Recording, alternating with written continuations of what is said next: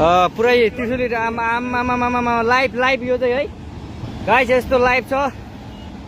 ओहो पुरा ड्याम फुटेर आयो यार, पुरा चाइनाको ड्याम फुटेर आएर रहेछ। आमा ल यहाँ हामीले अब ओहो यार यो पुरै ड्याम फुटेर आएको यो घर गयो यो। ल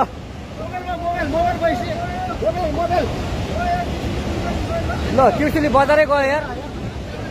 ल गयो यार। ओ ए सिलास यता आऊ यता